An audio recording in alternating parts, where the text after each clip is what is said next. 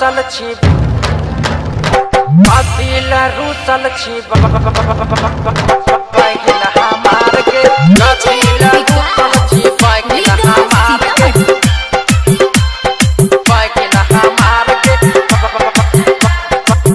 संगम recording studio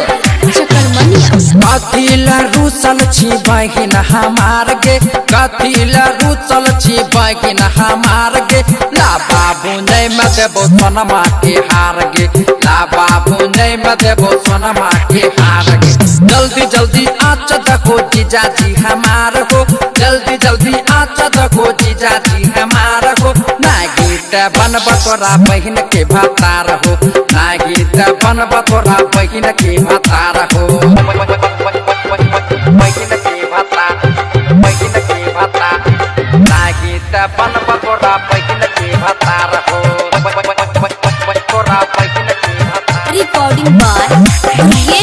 लाबा पूजै छै लड़छड़ करै छै लड़छड़ करै छै हो लड़छड़ करै छै देखो बहिन चोद जीजा फर फर करै छै फर फर करै छै हो फर फर करै छै मन करे बना लिए जीजाजी के सार रे मन करे बना लिए जीजाजी के सार रे जल्दी जल्दी आँच देखो जीजाजी हमार हो ना गीत बनब तोरा बहिन के भतार हो ना गीत बनब तोरा बहिन के भतार हो बहिन के भतार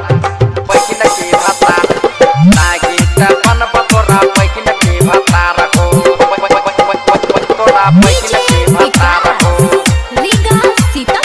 संगम रिकॉर्डिंग स्टूडियो चकरमनिया। हमर जीजाजी के बढ़िया विचार छै बढ़िया विचार छै हो बढ़िया विचार छै टुक टुक ताकै जेना ताकै बिलार छै ताकै बिलार छै हो ताकै बिलार छै जीजाजी के सबे बगिनिया छिनार रे जीजाजी के सबे बगिनिया छिनार रे जल्दी जल्दी आँच देखो जीजाजी हमार हो ना गीत बनब तोरा बहिन के भतार हो ना गीत बनब तोरा बहिन के भतार हो बहिन के भतार बहिन के भतार ना गीत बनब तोरा बहिन के भतार हो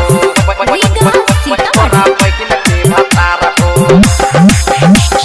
रणबीर गाबै छै दुर्गेश कहै छै दुर्गेश कहै छै हो दुर्गेश कहै छै राकेश रणधीर आरो हितेश कहै छै हितेश कहै छै हो हितेश कहै छै जीजाजी बगिनिया के जबना पहाड़ रे जीजाजी बगिनिया के जबना पहाड़ रे जल्दी जल्दी आँच देखो जीजाजी हमार हो ना गीत बनब तोरा बहिन के भतार हो ना गीत बनब तोरा बहिन के भतार हो संगम रिकॉर्डिंग स्टूडियो